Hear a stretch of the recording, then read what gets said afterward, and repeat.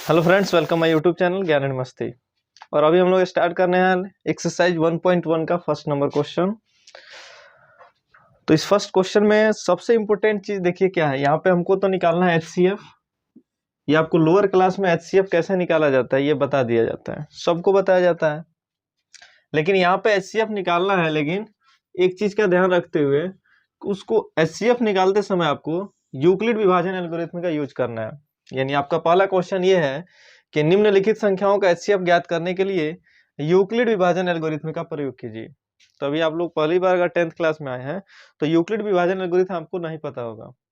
तो आपको सबसे पहले हम बताते हैं यूक्लिड विभाजन एल्गोरिथम क्या होता है। यूक्लिड विभाजन एल्गोरिथम यूक्लिड के नाम से ही लिया गया है, क्योंकि यूक्लिड ने ही यूक्लिड विभाजन एल्गोरिथम का फॉर्मूला बताया, इसलिए उन्हीं के नाम से इसके फॉर्मूले का नामकरण कर दिया गया, जिसको बोला गया यूक्लिड विभाजन एल्गोरिथम। तो यहाँ पे यूक्लिड विभाजन एल्गोरिथम का मतलब होता है a is equal to B Q plus में r। ये हमारा होता है यूक्लिड विभाजन algorithm. a is equal to B Q plus r। अब यहाँ पे a क्या है, b क्या है, q और r क्या है, ये तीनों को ध्यान से समझिए बारी बारी से।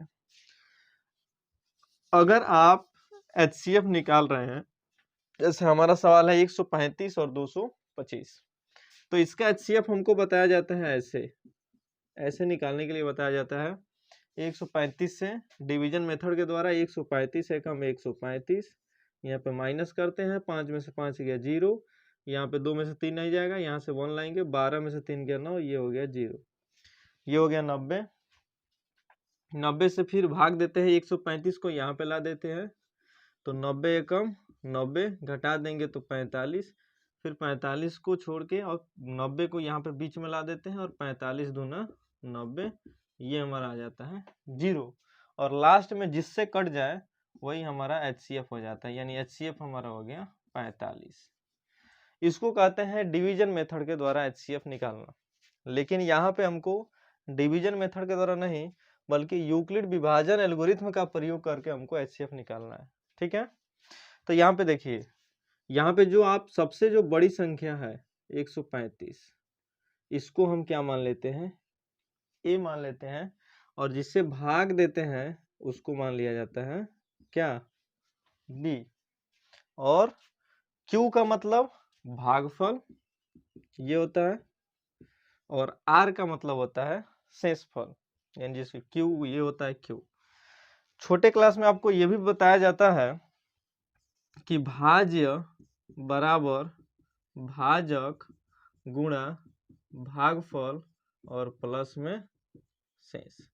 सेम इसी फॉर्मूला को यहाँ पे संकेत के रूप में लिख दिया जाता है। भाज्य को a लिख लिया जाता है।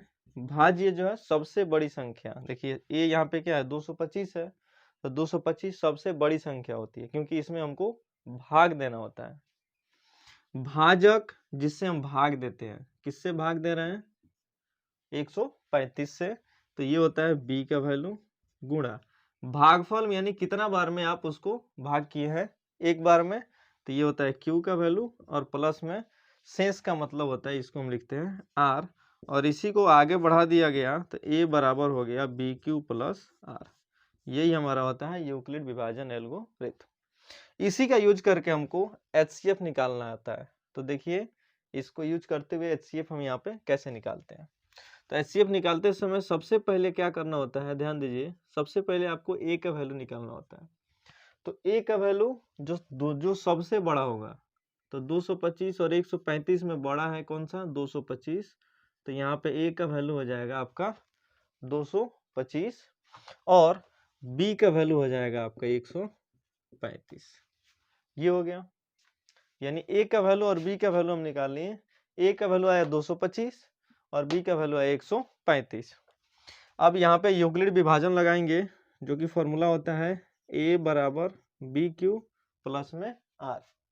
तो a का वैल्यू यहाँ पे 225 है, तो 225 लिख लेंगे, बराबर b का वैल्यू यहाँ पे 135 है, तो 135।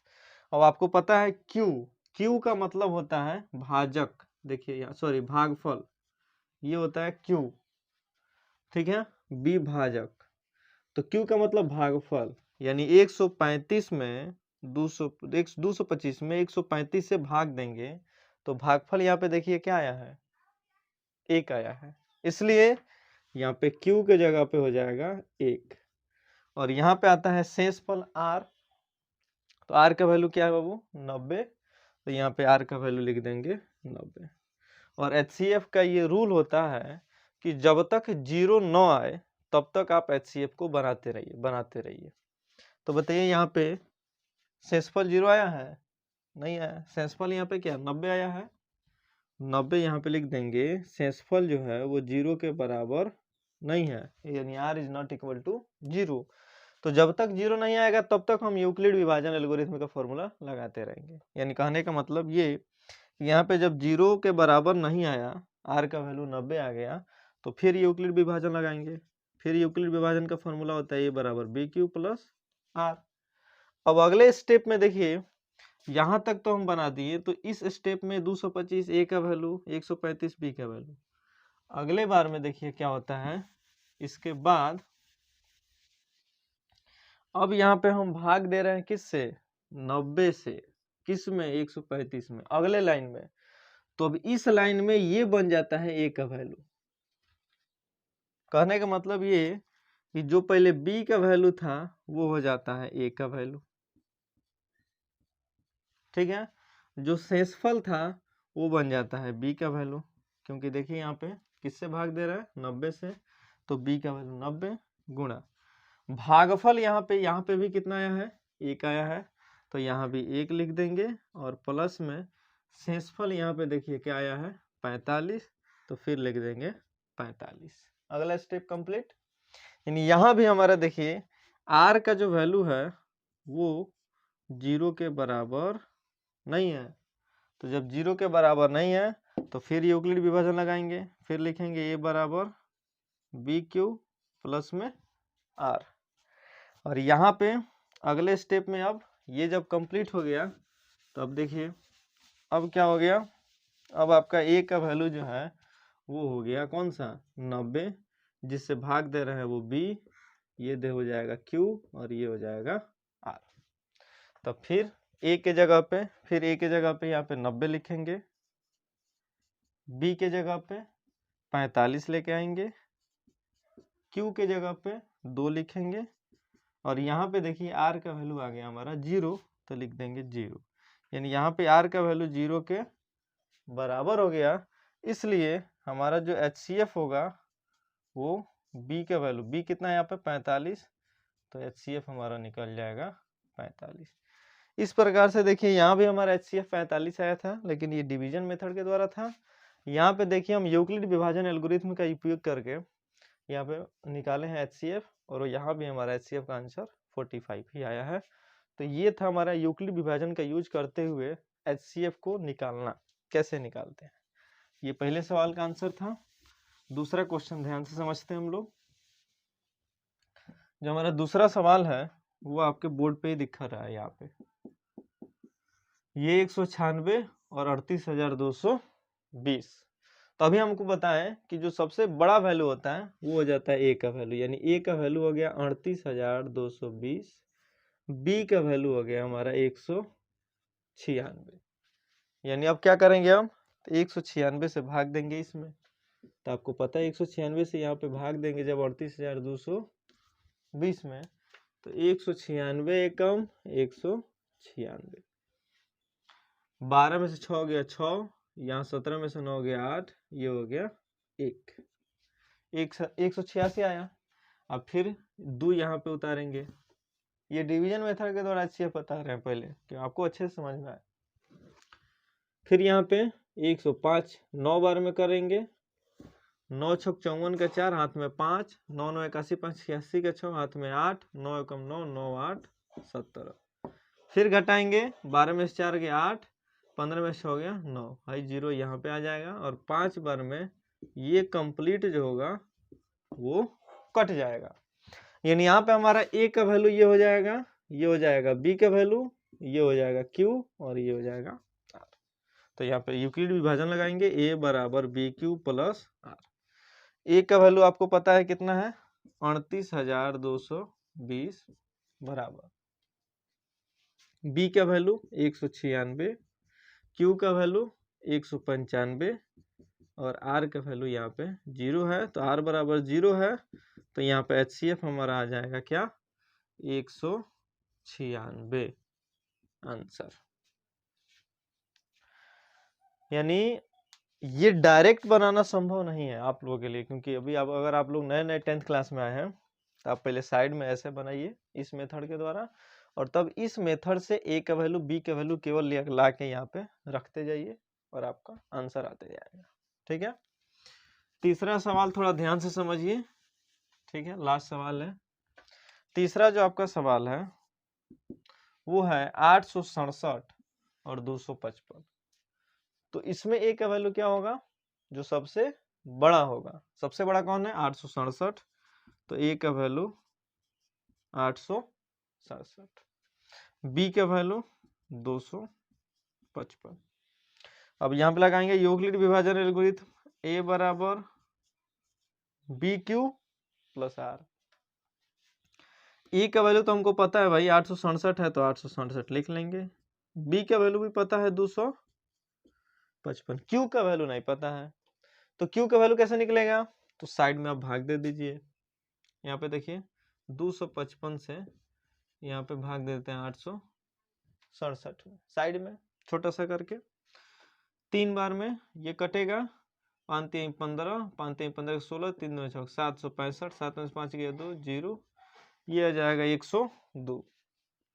तो ये हमारा होगा ए का वैल्यू, ये बी का वैल्यू, ये क्यू का और ये आर का। तो ए के जगह पे तो ए का वैल्यू रख दिए हैं, बी के जगह पे बी का वैल्यू रख दिए हैं। यहाँ पे हमारा क्यू का वैल्यू देखिए वहां से 3 आया है, तो 3, ये है आर मतलब शेषफल, और आर का वैल्यू आया है 102, तो यहाँ पे लिख देंगे 102। और ये चीज आपको बताना है कि आर का वैल्यू यहाँ पे 0 नहीं आया है, तो जब तक आर का वैल्यू 0 ना आए बार बार आपको यूक्लिड विभाजन लगाना है।